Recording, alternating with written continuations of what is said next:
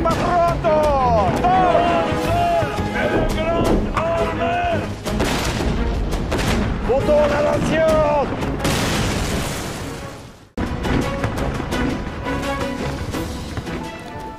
Fragment d'histoire et Napoléon. Est-ce qu'ils ont une relation? Eh bien oui.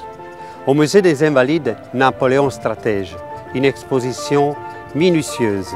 Venez avec moi pour la découvrir.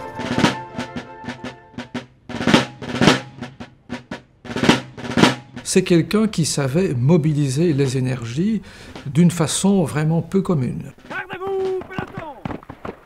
Canonniers et servants, à vos postes! Quelqu'un qui avait un sens de la décision, mais aussi une très grande attention aux soldats qui commandaient. Il savait les entraîner, il savait les galvaniser.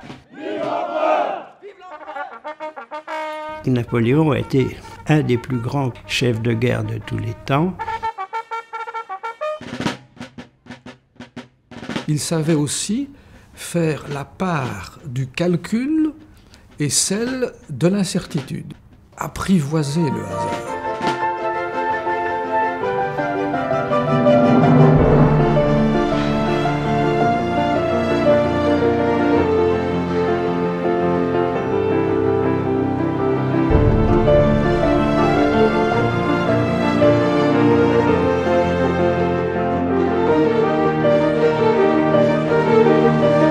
L'exposition Napoléon stratège est la troisième exposition que l'on consacre à Napoléon.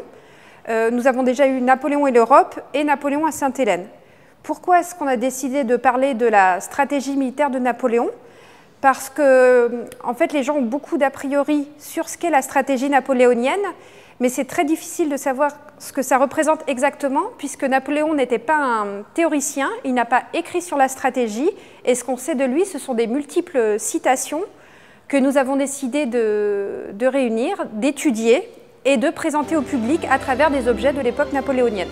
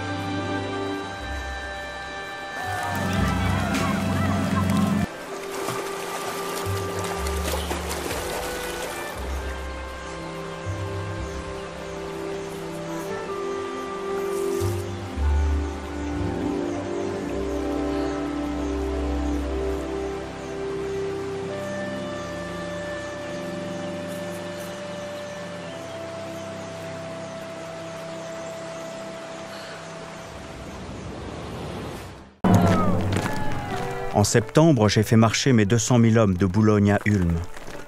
À la vitesse de l'éclair, nous avons déferlé sur les troupes de la maison d'Autriche qui avaient osé se rapprocher de nos frontières.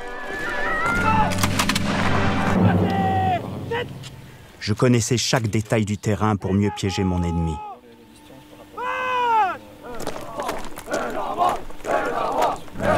Alors elle s'articule en trois parties. Nous avons une première partie consacrée à la formation de Napoléon, pour comprendre en fait tout simplement d'où Napoléon est parti, quels ont été les enseignements qui lui ont permis de devenir un chef de guerre, quelles ont été les opportunités que lui ont donné l'Ancien Régime et la Révolution. Nous avons une seconde partie consacrée à la campagne militaire de Napoléon, ou plutôt à un mode d'emploi de la campagne militaire idéale de Napoléon. Et ensuite, nous avons une période consacrée aux raisons qui ont conduit Napoléon à connaître plusieurs défaites militaires jusqu'à l'abdication finale.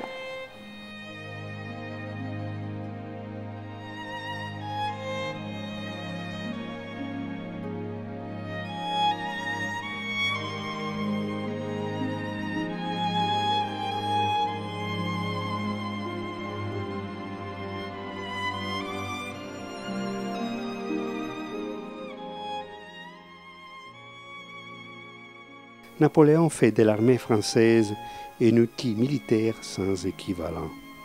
Entre 1805 et 1809, à Ulm, Austerlitz, Jena, Friedland, Wagram, il surclasse ses adversaires par sa pratique novatrice de la guerre. Sa méthode laisse le moins de place possible au hasard, tous les éléments qui pèsent dans la préparation d'une campagne ou la conduite d'une bataille sont soigneusement pris en compte en amont.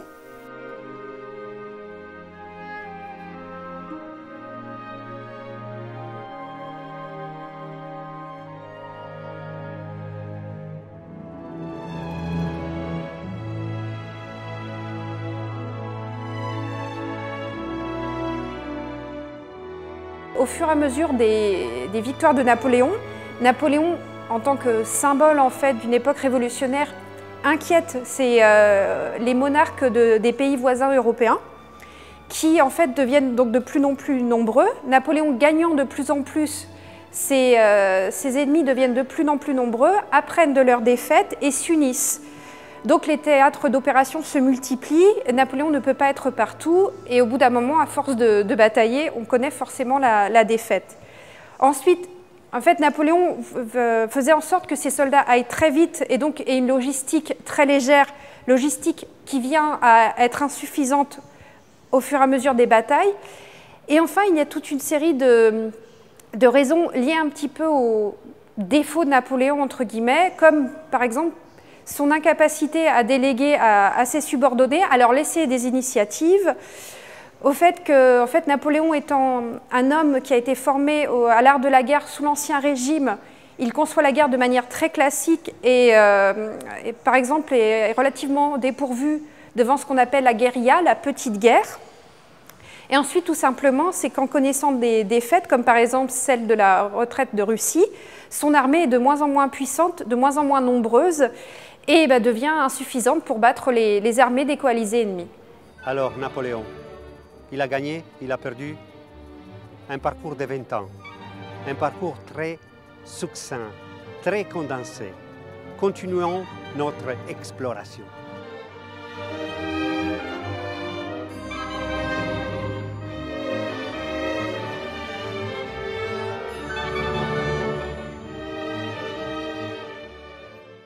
Aux yeux de Napoléon, la guerre était une activité honorable gouvernée par son propre code moral. Les soldats étaient différenciés de la population civile.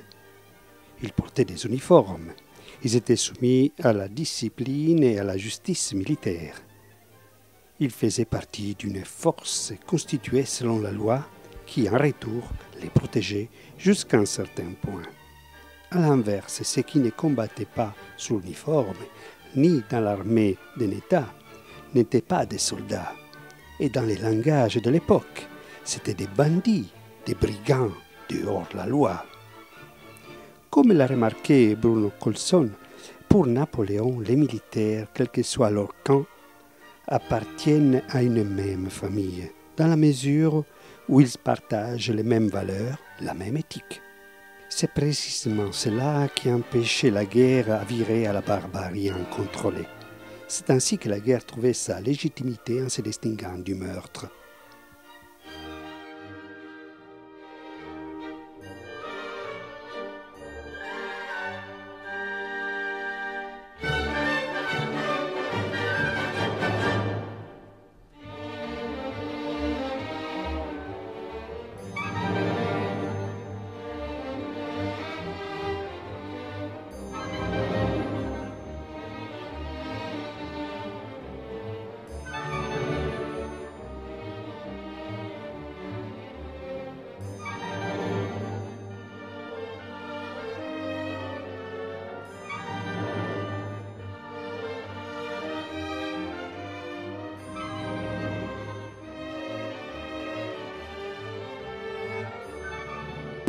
Oui, si la population française est au début véritablement derrière Napoléon, plusieurs dizaines d'années de conscription ont lassé la population. Et donc, oui, les jeunes gens de l'époque ont moins envie de se battre et donc deviennent réticents à s'engager dans l'armée napoléonienne.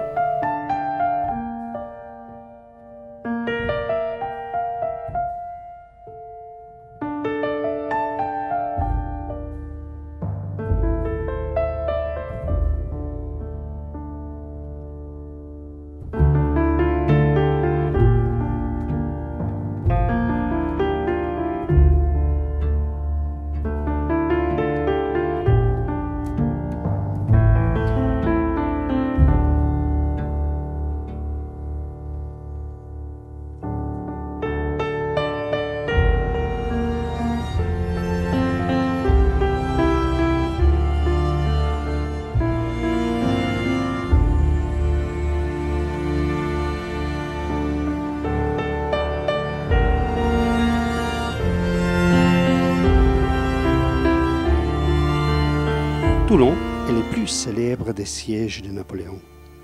Le 28 août 1793, la flotte anglo-espagnole entre dans la rade, à l'instigation des autorités municipales en rébellion contre la Convention. La ville est occupée par 18 000 hommes, anglais, espagnols et napolitains. Elle est investie à partir du 8 septembre par les 10 000 hommes des généraux Cartaux et Lapoyer. Faute des moyens nécessaires à un siège régulier, il est décidé de se saisir des hauteurs du Pharaon pour bombarder la ville et la flotte ennemie. Le 16 septembre, le capitaine Bonaparte prend le commandement de l'artillerie. Promu chef de bataillon le 19 octobre, il envoie le 25 un plan d'attaque, chasser d'abord la flotte ennemie de la rade en plaçant des batteries sur les promontoires de l'Aiguillette, la redoute de Malbusquet pour y installer des mortiers qui bombarderaient la ville. Mais sa proposition reste sans réponse.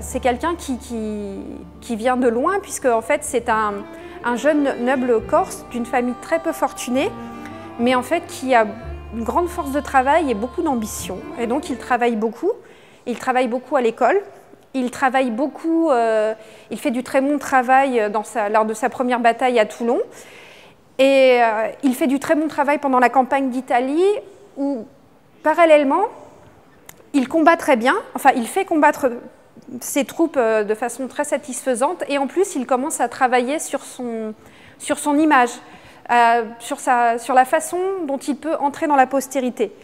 Et paradoxalement, je dirais que bien entendu la Révolution lui a donné beaucoup d'opportunités, puisque en fait c'est une période où un jeune général très ambitieux peut se distinguer.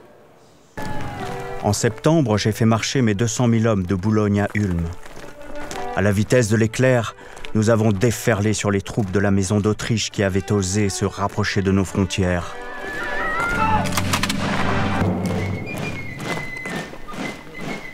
Pour que cela reste gravé dans les mémoires, voici comment, en quelques coups de plume, j'ai pensé acculer Russes et Autrichiens à la faute.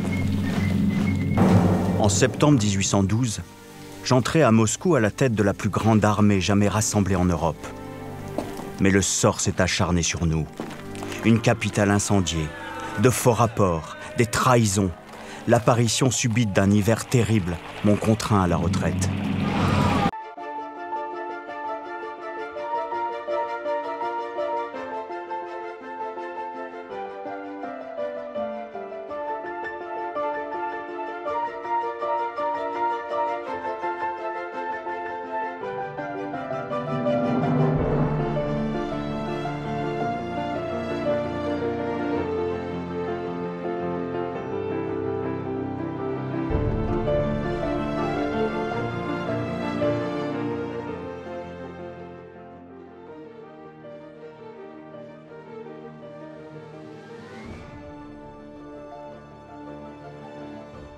C'est que Napoléon part de loin et s'élève très vite, mais bien entendu, en fait, contrairement aux autres monarques de l'époque, il ne peut pas s'appuyer sur une dynastie. Donc il se cherche en fait des références, des racines illustres, il fait beaucoup d'allusions à l'art antique ou au roi mérovingien, par exemple, l'utilisation de l'abeille napoléonienne, mais pour autant, en fait, il tire son pouvoir de sa gloire militaire. Et forcément, une fois qu'il se met à perdre des batailles, eh bien, il perd son pouvoir. Et il perd son pouvoir très rapidement, puisqu'en fait, il ne tient son pouvoir que de sa gloire militaire.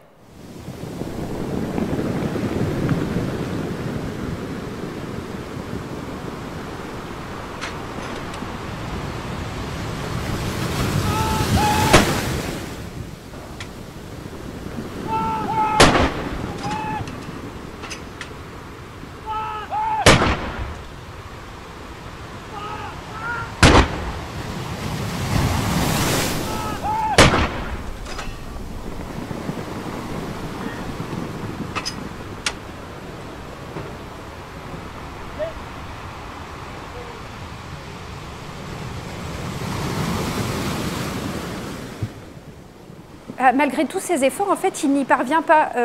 Par exemple, en fait, sur la fin de l'épopée napoléonienne, il y a un coup d'État. En l'absence de Napoléon, il y a un général qui essaye de s'emparer du pouvoir, général qui n'est pas très important à la base, mais en fait qui met en lumière quelque part le manque de légitimité de Napoléon, puisque aucun de ses proches ne pense à mettre son fils sur le trône et ne pense à sa femme comme régente. Ce qui montre que malgré tous les efforts de Napoléon, en fait, lui-même se voyait comme un monarque, préparait une dynastie, mais son entourage ne le voyait pas comme un roi, le voyait comme le chef de l'armée.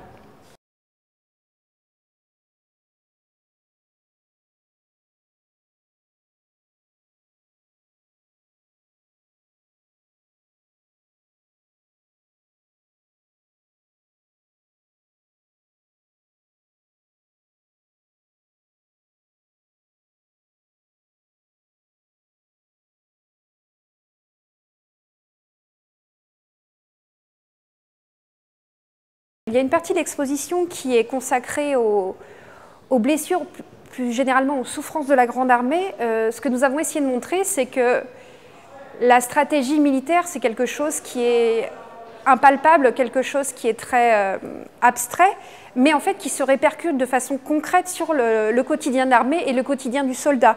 Lorsque Napoléon prend une décision militaire, ça a des influences sur le corps du soldat. Et enfin, la dernière partie est consacrée à la fortune critique de Napoléon, puisque Napoléon, comme je vous le disais, n'est pas un théoricien. Il n'a pas écrit de traité de théorie militaire, mais deux personnes ont écrit des traités qui se réfèrent à Napoléon. C'est un ancien ennemi de Napoléon, Clausewitz, et un ancien soldat de la Grande Armée, Jomini. Et ces deux personnes, en fait, influenceront notablement les militaires européens et extra-européens. Clausewitz influencera toute la doctrine militaire allemande, puis russe, et tandis que Jomini influencera l'école française jusqu'à la Première Guerre mondiale et l'école américaine, avec notamment les généraux de la guerre de sécession, qu'ils soient de l'armée du Nord ou de l'armée du Sud, liront Jomini, et influencera jusqu'à Schwarzkopf et l'opération Tempête du désert dans les années 90 avec la guerre en Irak. L'année suivante, toute l'Europe s'est liguée contre moi. À la bataille de Leipzig, les Saxons qui étaient pourtant mes alliés ont rallié les forces ennemies. J'ai été pris à revers. Cruelle défaite.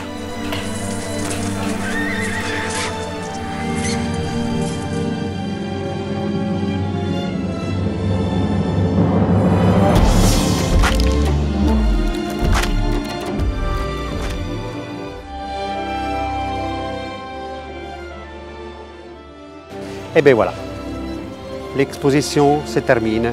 À très bientôt.